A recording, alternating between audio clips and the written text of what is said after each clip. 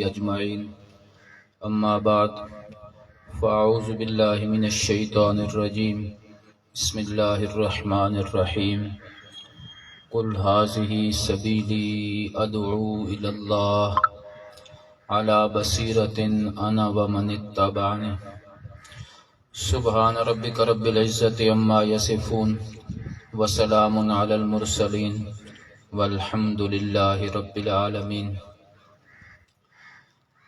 صدر ذی وقار، انتہائی معزز محترم علماء کرام، جماعتی احباب، بزرگوں اور عزیز ساتھیوں، سب سے پہلے اللہ تبارک و تعالیٰ کا ان گنت اور بے شمار مرتبہ شکر ادا کرنا چاہیے کہ آج ہم ایک ایسی مجلس اور محفل میں حاضر ہیں جو خالصتاً ایک دین اور اصلاحی جذبے سے منعقد ہو رہی ہے۔ اللہ ہمارے مل بیٹھنے کو اور ہماری حاضری کو اپنی بارگاہ میں قبول فرمائے۔ کچھ ہی دیر کے بعد آج کے اس پروگرام کے مہمان خصوصی خطیب العصر، وکیل صحابہ حضرت علامہ عطاء اللہ بندیالوی صاحب آپ حضرات سے مخاطب ہوں گے۔ یقیناً آپ بھی انہی کے خطاب کو سننے کے لیے اور انہی کا خطاب کا شوق و ذوق اپنے دل میں رکھ کے تشریف لائے ہیں۔ ان کی آمد سے پہلے چند منٹ، چند معروضات آپ کے سامنے عرض کرنی ہے۔ جیسا کہ نقیب محفل انہوں نے میرے بارے میں یہ جملہ فرمایا کہ جماعتی موقف، مشن، اس کو قرآن و سنت کے حوالے سے عرض کیا جائے، تو میں بھی اس مختصر وقت میں کوشش کروں گا کہ انشاءاللہ اپنے اس موضوع پر چند گزارشات عرض کروں۔ اللہ مجھے حق بات کہنے کی اور اس کے بعد مجھے اور آپ کو عمل کرنے کی توفیق عطا فرمائے۔ ملک میں جتنی بھی جماعتیں معرض وجود میں ہیں، ہر جماعت کا ایک مشن ہے، ایک موقف ہے، ایک نظریہ ہے، ایک نصب العین ہے۔ ہر جماعت کوشش کرتی ہے کہ میں اپنے مشن کو دنیا میں عام کروں، عوام کو اس کا قائل کروں، بتاؤں کہ میرا مشن کتنا عظیم ہے۔ تو مجھے بھی حق ہے کہ میں بھی اپنی جماعت کے مشن کے بارے میں بات کروں کہ ہمارا کیا مشن ہے، ہمارا کیا موقف ہے، ہمارا کیا نظریہ ہے، اور ہمارے اس نظریے اور مشن کو قرآن و سنت کی کتنی تائید حاصل ہے۔ تو میں بحیثیت مسلمان ہونے کے اور بحیثیت اس ملک کے شہری ہونے کے، مجھے یہ آزادی ہے کہ میں اپنے موقف کو علل اعلان لوگوں کے سامنے بیان کروں، کوئی ڈھکی چھپی بات نہ ہو، لیکن اخلاق کے دائرہ کار میں بیان بھی کروں تو اس آیت کی روشنی میں ادع الی سبیل ربک بالحکمت والموعظۃ الحسنہ، میرے پیغمبر لوگوں کو مضبوط دلائل کے ذریعے اللہ کی طرف بلائیے۔ یہاں حکمت سے مراد دلائل کی مضبوطی ہے۔ کچی دلیل، کچا مسئلہ، خواب، کشف، کرامت، فلاں نے کہا اور فلاں نے کہا، اس بات پہ اپنے مشن کی بنیاد نہ رکھیے۔ اگر اپنے مشن کی بنیاد رکھنی ہے تو رب کے قرآن پہ رکھنی ہے اور اپنے فرمان پہ رکھنی ہے۔ یہ حکمت ہے، یہ مضبوط دلائل ہیں جس کی بنیاد پہ انسان کو اپنا موقف اور نظریہ لوگوں کے سامنے رکھنا چاہیے۔ جماعت افراد کے مجموعے کا نام ہوتی ہے۔ چند لوگ یا بہت سارے لوگ جب ایک مشن پہ اکٹھے ہوتے ہیں تو ایک جماعت معرض وجود میں آتی ہے۔ ان کا موقف ایک ہوتا ہے، رستہ ایک ہوتا ہے، منزل ایک ہوتی ہے۔ ان کی توجہ ایک جانب ہوتی ہے، ان کی سوچ ایک ہوتی ہے۔ ہماری جماعت جمعیت اشاعت التوحید و سنہ، جس کے امیر آپ کے سامنے تشریف فرما ہیں، ضلع خوشاب کے استاذ العلماء شیخ التفسیر حضرت مولانا بشیر احمد رحمہ اللہ، جن سے میں نے پڑھا، ان کے فرزند ارجمند بھی ہیں اور ان کے جانشین بھی ہیں، یہ اس جماعت کے امیر ہیں اس ضلع سرگودا کے، اور ان کے سامنے بات کرنا یا گفتگو کرنا یہ سورج کو چراغ دکھانے کے مترادف ہے۔ یہ اپنے جماعتی موقف اور نظریے پر یہ دن رات ایک کیے ہوئے ہیں۔ اللہ نے ان کو لکھنے کی صلاحیت عطا کی ہے، اللہ نے تحریر کی صلاحیت عطا کی ہے، بات کرنے کا طریقہ اللہ نے عطا فرمایا ہے۔ میں صرف چند گزارشات کروں گا۔ میرا موقف، میرا نظریہ، میرا مشن، میری جماعت کا مشن یہ اس بنیاد پر ہے کہ اس کائنات میں، اس دھرتی پر اور اس مخلوق کے اندر اگر عبادت ہوگی تو ایک میرے اللہ کی عبادت ہوگی۔ اگر معبود کسی کو مانا جائے گا تو ایک اللہ کو معبود مانا جائے گا۔ عبادت اللہ کی کرنی ہے، اس کی عبادت میں کسی کو شریک نہیں کرنا، اس کی عبادت میں کسی کو ہمسر نہیں بنانا، خالص اللہ کی عبادت۔ پکار، عبادت کی جتنی قسمیں ہیں وہ خالص اللہ کی رضا کے لیے کرنی ہے، وہ خالص اللہ کے نام پہ کرنی ہے۔ یہی میری جماعت کا موقف ہے، یہی میری جماعت کا مشن ہے۔ اللہ کی توحید کا چرچا پوری دنیا کے اندر عام ہو جائے اور پیارے پیغمبر کی سنت کے طریقے ہر بندے کی زندگی میں داخل ہو جائیں۔ اپنے پیارے پیغمبر کے طریقوں کو اپنا کر ہم دنیا اور آخرت میں کامیابی کا راستہ تلاش کریں، اور توحید کی بنیاد پر ہم دنیا کو ایک نقطے پر اکٹھا کر دیں، ایک وحدت پہ اکٹھا کر دیں۔ جیسے میرے پیارے پیغمبر نے اپنے تمام ساتھیوں کو، اپنے تمام یاروں کو، اپنے تمام صحابہ کو توحید کے نقطے پہ جمع فرما دیا۔ اللہ نے قرآن مجید کے اندر ذکر فرمایا، کنتم اعداء فألف بین قلوبکم، لوگو تم تو ایک دوسرے کے دشمن تھے، تمہاری تو آپس میں مخالفت تھی، تم تو ایک دوسرے کو دیکھنا گوارا نہیں کرتے تھے، بات بات پہ جھگڑا تھا، بات بات پہ اختلاف تھا۔ میرا نبی آیا، میرا پیغمبر آیا، خاتم النبیین آئے، اور انہوں نے تمہارے دلوں کو اتنا اکٹھا کر دیا اور اتنا جمع کر دیا کہ اب کائنات کی کوئی طاقت بھی تمہارے دلوں کے اندر اختلاف پیدا نہیں کر سکتی۔ یہ توحید کا نقطہ ہے، یہ اللہ کی وحدانیت کا سبق ہے، جس پر میرے نبی نے پوری کائنات کے انسانوں کو جمع کیا ہے۔ اور لوگوں کو یہ آج کا پروگرام محسن انسانیت کانفرنس کے حوالے سے ہے۔ محسن انسانیت، وہ شخصیت جس نے انسانوں پہ بہت بڑے احسانات کیے ہیں، آج اس کی تعریف ہوگی، آج اس پیغمبر کا ذکر ہوگا جس کے احسانات بے شمار ہیں، لا تعد ولا تحصی ہیں، شمار بھی نہیں کیا جا سکتا۔ لیکن میرے نبی کا سب سے بڑا احسان یہ ہے، میرے پیغمبر کا اس امت پہ سب سے بڑا احسان یہ ہے کہ اس نے انسان کی جبین نیاز اور پیشانی کو در در سے اٹھا کے ایک رب کے دروازے پہ جھکا دیا ہے۔ میرے نبی نے فرمایا، ادھر سے کچھ نہیں ہوتا، ادھر سے بھی کچھ نہیں ہوتا، کہاں دھکے کھا رہے ہو، کہاں پھر رہے ہو، کہاں اپنی جبینیں جھکا رہے ہو؟ ان سے مانگتے ہو جو خود مانگنے والے ہیں، ان کے سامنے ہاتھ پھیلاتے ہو جو خود ہاتھ پھیلانے والے ہیں۔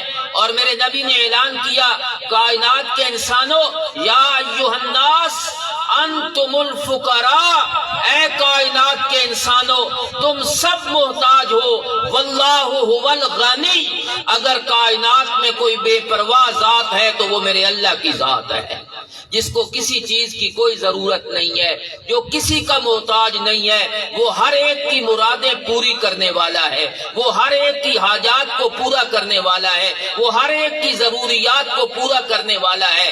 اور اگر یقین نہیں آتا، آپ کو اعتماد نہیں ہے میری بات پہ، آئیں قرآن کو پڑھیں، عرفات کے میدان میں حضرت آدم کی توبہ قبول کرنے والا کون ہے؟ ذرا زور سے بولیں، زور سے بولیں، رب کا نام اونچی آواز سے لیں۔ آدم کی پکار کو سننے والا کون ہے؟ آدم کی توبہ قبول کرنے والا کون ہے؟ ایک کشتی کے اندر پیغمبر بیٹھا ہے اور کشتی پانی کے اندر موجود ہے اور پانی نے پورے روئے زمین کو گھیرا ہوا ہے اور وہ اکیلا پیغمبر اور اس کے چند ساتھی اس کشتی کے اندر ہیں۔ لگتا ہے کشتی ڈوب جائے گی، پانی کشتی کو غرق کر دے گا۔ میرے اللہ نے فرمایا میرے پیغمبر پرواہ نہیں کرنی، کشتی چلانے والا تو ہے، نجات دینے والا میں ہوں۔ ہاتھ تیرے ہیں میرے پیغمبر، پیچھے طاقت میری ہے۔ پڑھیے بسم اللہ مجریہا ومرساہا ان ربی لغفور الرحیم۔ اس کشتی کا چلنا اور ٹھہرنا کس کے نام سے ہے؟ یہ میرے مشن ہے، یہ میرا موقف ہے، یہ میرا نظریہ ہے۔ پیغمبر کشتی کے اندر بھی ہو تب بھی کشتی کو پار لگانے والی ذات اللہ تبارک و تعالیٰ کی، تب بھی اس کشتی کو اپنی منزل پہ پہنچانے والی ذات اللہ تبارک و تعالیٰ کی ہے۔ آئیے ایک اور پیغمبر ہے، آگ جل رہی ہے، آگ جلانے والوں نے بڑی آگ جلائی، بڑی عروج ملا آگ کو، ہر چیز کو بھسم کر کے رکھ دیتی ہے، جلا کے رکھ دیتی ہے، اور اللہ کا پیغمبر اکیلے کھڑا ہے، کوئی ساتھ دینے والا۔ آج لوگوں کو شکوہ ہوتا ہے ہم اکیلے ہیں، ہمارے ساتھ کوئی نہیں، ہم اکیلے کیا کریں گے؟ یہی بات حضرت موسیٰ علیہ السلام کے ذہن میں آئی تھی کہ میں فرعون کے پاس جا تو رہا ہوں، یا اللہ وہ زیادتی کرے گا، اس کے پاس فوج ہے، طاقت ہے، اس کے پاس اسلحہ ہے، اس کے پاس بڑی قوت اور طاقت ہے، اور میں اکیلا ہوں۔ کیا خوبصورت جواب دیا میرے اللہ نے، فرمایا میرے پیغمبر جاؤ تو صحیح، اننی اسمع و ارا، تم اکیلے نہیں ہو، اگر اور کوئی بھی نہیں سنے گا تو مصر میں اتر کے میں خود تیری بات کو سنوں گا میرے پیغمبر۔ اننی اسمع، میں جو سننے والا ہوں، میں جو دیکھنے والا ہوں۔ تو موحد کی توجہ کس کی ذات پہ ہونی چاہیے؟ کوئی سنے نہ سنے، کوئی بات قبول کرے نہ کرے، میرا اللہ تو میری بات کو سن رہا ہے، میرا اللہ تو میری گفتگو کو جانتا ہے۔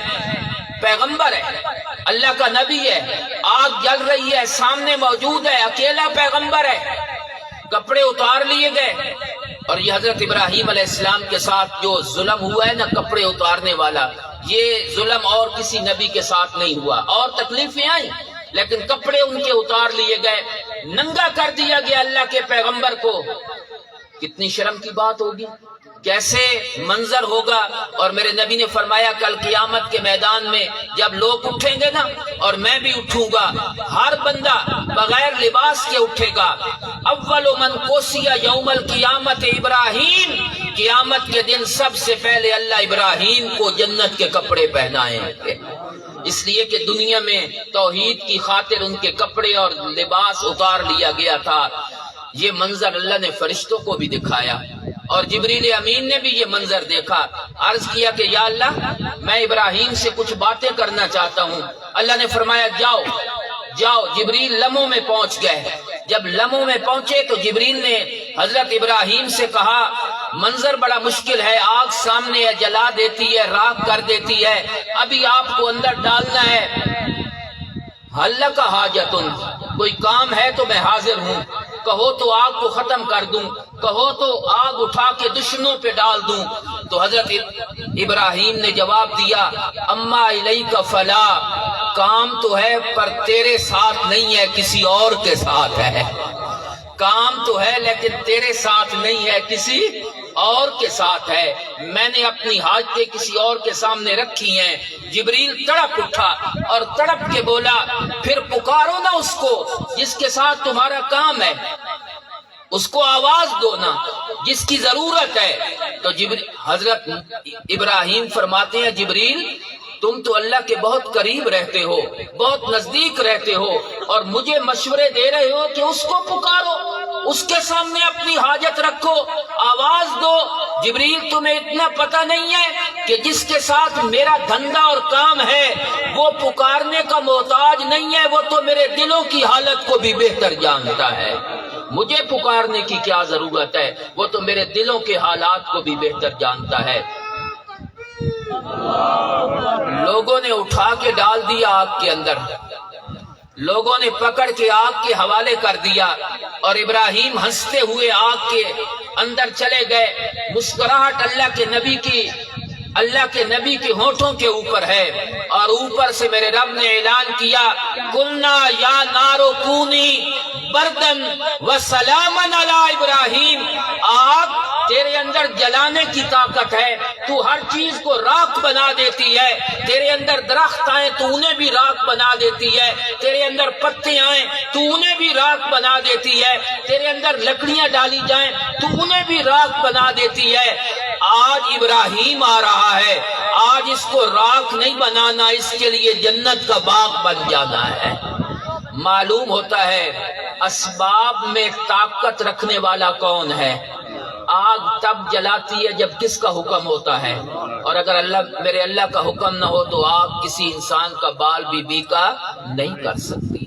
تو میں کہہ یہ رہا تھا، عرض یہ کر رہا تھا کہ میرا مشن توحید کا مشن ہے، میرا مشن اللہ کی وحدانیت کا مشن ہے، میرا مشن قرآن کی دعوت کا مشن ہے۔ قرآن کی طرف آئیے، اپنا رخ قرآن کی طرف کیجئے، اپنی سوچ قرآن کے مطابق۔ کیوں جی؟ بندیالوی صاحب تشریف لا چکے ہیں۔ آخری بات عرض کرتا ہوں، میں بات کروں میں، یا مولانا بات کرے، یا میرا کوئی عالم اور مولوی بات کرے، کیوں جی آپ پر ماننا ضروری ہے اس کا کہ ضرور مانے؟ نہیں، آپ اختلاف کر سکتے ہیں یا نہیں کر سکتے؟ میری بات ہے، عالم کی بات ہے، مولوی کی بات ہے، آپ کی مرضی مانے نہ مانے۔ آپ کہ نہیں مانتا، اگلا جواب سوچ کے دینا ہے۔ قرآن کی بات ہو پھر ماننا ضروری ہے یا نہیں ہے جی؟ اب اختلاف کرنے والا مومن ہوگا یا کافر ہوگا جی؟ تو ہم تو اس کتاب کی دعوت دیتے ہیں جس پر سب کا اتفاق ہے جی۔ ہمارے بارے میں لوگ کہتے ہیں اختلاف پیدا کرتے ہیں، دور کرتے ہیں۔ ہاں ہم کرتے ہیں اختلاف، ہم دور کرتے ہیں، لیکن کبھی یہ تو پوچھ لیا کرو کس سے دور کرتے ہیں اور کس کے نزدیک کرتے ہیں۔ ہم مخلوق کو مخلوق سے دور کر کے خالق کے قریب کرتے ہیں۔ ہم کہتے ہیں یہ مخلوق تمہارے جیسی ہے، جن کے سامنے تم نے ہاتھ پھیلائے ہوئے ہیں، یہ بھی محتاج ہیں، تم بھی محتاج ہو، اس سے مانگو جو کسی کا محتاج نہیں ہے، اس کے قریب آؤ جو کائنات کا رب ہے، کائنات کا الہ ہے، کائنات کو پالنے والا ہے، وہ جنگل کے درندوں کو بھی عطا کرنے والا ہے، فضاؤں کے پرندوں کو بھی عطا کرنے والا ہے، وہ انسانوں کو بھی، وہ ہے جو کالے پتھر کے اندر ایک کیڑے کو بھی رزق عطا فرمانے والا ہے۔ اس سے مانگو نا، اس کے سامنے حاجات پیش کرو۔ قرآن نے بھی اسی بات کی دعوت دی ہے، قرآن نے بھی یہی پیغام دیا ہے، یا ایھا الانسان ما غرک بربک الکریم، او انسان مجھے بتا تو صحیح کون سی چیز ہے جو تجھے رب سے دور لے کے چلی گئی، جس نے تیرے دل میں دھوکہ ڈالا کہ اللہ میری بات سنتا نہیں ہے، اللہ میری بات جو ہے اس کی طرف توجہ نہیں کرتا، تو رب کا دروازہ چھوڑ کے اوروں کے دروازے پہ چلا گیا۔ اور قرآن پکار کے آواز دیتا ہے، کوئی بتا تو صحیح نا، زندگی کا کوئی ایسا موقع تو بتا جب تو نے آواز دی ہو اور تیرے رب نے تیری بات کو نہ سنا ہو۔ ارے بات کرنا تو بڑی دور کی بات ہے۔ الذی خلقک فسواک فعدلک فی ای صورت ما شاء رکبک، تو ابھی بولنے کے قابل نہیں تھا اور اللہ نے بن مانگے تجھے کائنات میں اشرف المخلوق بنا کے رکھ دیا ہے۔ کہ اپنے وجود کو تو دیکھ، اپنے جسم کو تو دیکھ، اپنے اعضاء کو تو دیکھ، اللہ نے بن مانگے سب کچھ عطا فرما دیا ہے۔ میری جماعت کا موقف قرآن کے نظریات سے ثابت ہے، اللہ کے فضل سے۔ ہم مضبوط دلائل سے بات کرتے ہیں، ہم مضبوط دلائل، اور قرآن کی تعلیم اگر عام ہو جائے تو جہالت کے اندھیرے مٹ جاتے ہیں۔ یہ روشنی ہے قرآن، یہ ادارہ، یہ جگہ، یہ مقام اس لحاظ سے بڑی اہمیت کا حامل ہے کہ یہ قرآن و سنت کا مرکز بنے گا انشاءاللہ۔ سب دعا کریں انشاءاللہ بننا چاہیے نہیں بننا چاہیے. یہ مسجد بنے گی قرآن و سنت کا مرکز بنے گا، ادارہ بنے گا، قرآن و سنت کی تعلیم عام ہوگی، قرآن و سنت کا پیغام عام ہوگا، اور پورے علاقے کے اندر انشاءاللہ یہ قرآن و سنت کا پیغام لوگوں تک پہنچے گا. آپ حضرات اس ادارے کے لیے دعا بھی کریں گے کہ اللہ جلد از جلد اس کو پائے تکمیل تک پہنچا دے. اللہ جلد از جلد اس ادارے کو اپنی اس سطح پہ لے آئے جس سطح پہ ادارے لوگوں کے لیے خدمت کا موقع فراہم کرتے ہیں. مالی تعاون کی ضرورت ہو، آپ نے مال کے ساتھ تعاون کرنا ہے. بنیادوں پر جو مال لگتا ہے نا وہ سب سے زیادہ قیمتی ہوتا ہے جی. جو شروع میں جو لگتا ہے، بعد میں تو لوگ دیتے ہی دیتے ہیں جی، لیکن بنیاد پہ جو لگتا ہے نا، سب سے پہلے مسجد نبوی کی زمین حضرت ابو بکر صدیق نے خرید کر دی تھی.